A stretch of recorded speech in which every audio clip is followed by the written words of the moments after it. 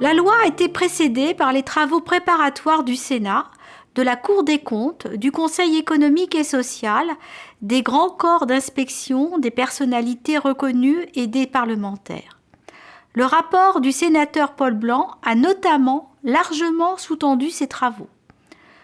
Le projet de loi a été travaillé par 2 cabinets ministériels, celui de Marie-Thérèse Boisseau, puis ensuite celui de Marianne Monchamp.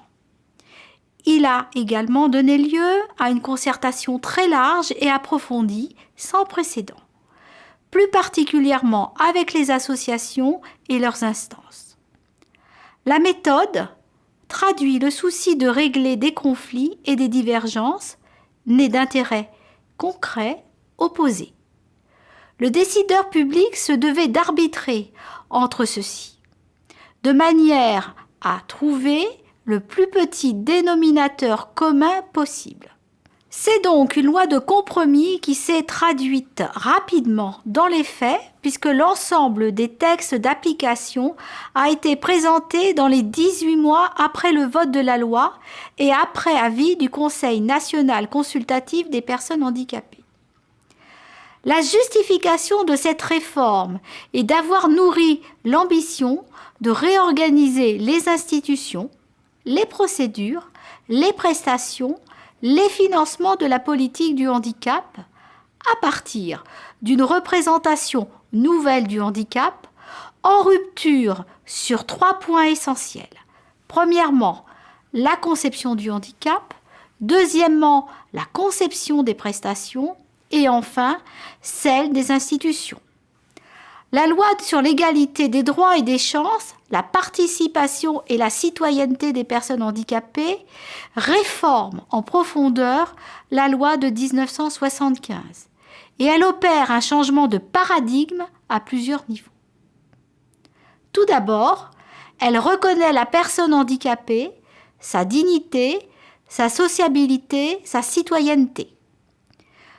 La loi de 1975, malgré son titre, Loi d'orientation en faveur des personnes handicapées, voit le handicap avant de voir la personne. Ce choix n'est plus possible en 2005. Il convenait donc de substituer l'expression personne handicapée au substantif handicapé, car reconnaître la personne, c'est reconnaître la dignité, la sociabilité et la singularité qui tentent chaque être humain. Au bout du compte, c'est fondre le handicap dans la diversité des statuts qui font la richesse de notre démocratie. Par ailleurs, la loi d'orientation de 1975 faisait très logiquement une large place aux prestations et aux institutions propres aux personnes handicapées. Mais elle n'abordait qu'in fine et furtivement la question de leur participation à la vie sociale. La nouvelle loi en fait au contraire son point de départ. Ainsi, je vous renvoie à la définition contenue dans l'article 2 de la loi du 11 février qui dit « constitue un handicap toute restriction de participation à la vie en société ». D'autre part, la définition du handicap évolue et refuse une conception purement médicale. Désormais, le handicap est défini dans toutes ses composantes, physiques, sensorielles, mentales, cognitives et psychiques. Il est reconnu dans sa dimension sociale et n'est plus défini par les déficiences de la personne. Il prend en compte les obstacles que la personne peut rencontrer dans sa vie quotidienne et dans sa participation à la vie sociale, c'est-à-dire la relation d'une personne à son environnement physique, social, culturel. Cette définition s'appuie sur la classification internationale de fonctionnalité, la CIF.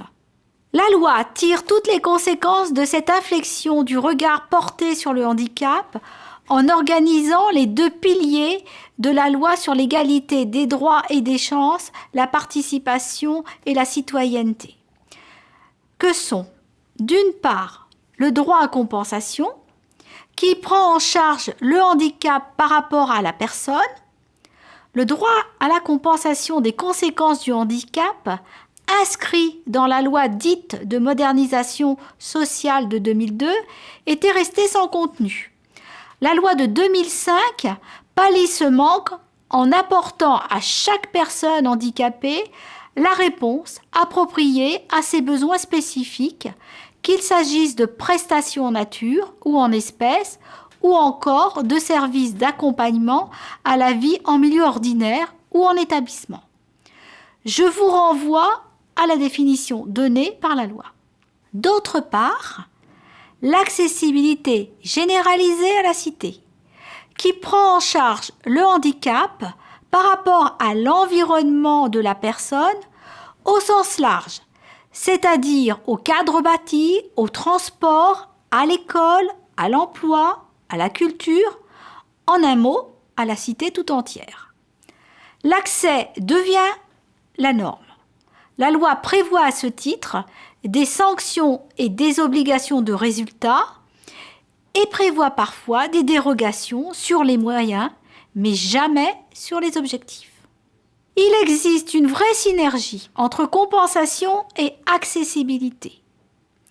En matière de prestations de compensation, on passe d'une logique de prestation ascendante à une logique descendante, partant des besoins de la personne et qui induit la réalisation d'une évaluation personnalisée tenant compte des potentialités et des aptitudes fondées sur le projet de vie formé par la personne handicapée.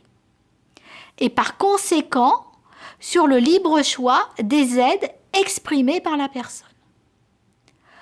Le droit à compensation conduit à distinguer clairement compensation des conséquences du handicap et moyens d'existence, tirés du travail ou de la solidarité nationale. Ainsi, la loi met notamment fin à l'ambiguïté qui caractérisait l'AAH, l'allocation adulte handicapé, créée en 1975 et qui était perçue tantôt comme minimum social, tantôt comme prestation de compensation. Il est à noter que la compensation n'efface pas la déficience.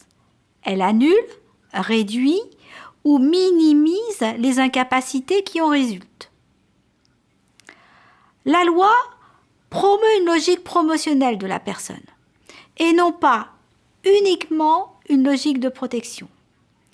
Le projet de vie de la personne s'impose désormais au fondement de toute action qui concerne le handicap. Les mesures propres à compenser le handicap se font désormais avec les personnes handicapées et non plus seulement pour les personnes handicapées, dans l'environnement qui est le sien. Ces changements de paradigme impliquent une démarche de proximité à l'échelle des communes, des départements et des associations et induit une rénovation des institutions du handicap. La réforme institutionnelle mise en place privilégie 3 échelons: le département, la région et au niveau national, la Caisse nationale pour la solidarité et l'autonomie, la CNSA.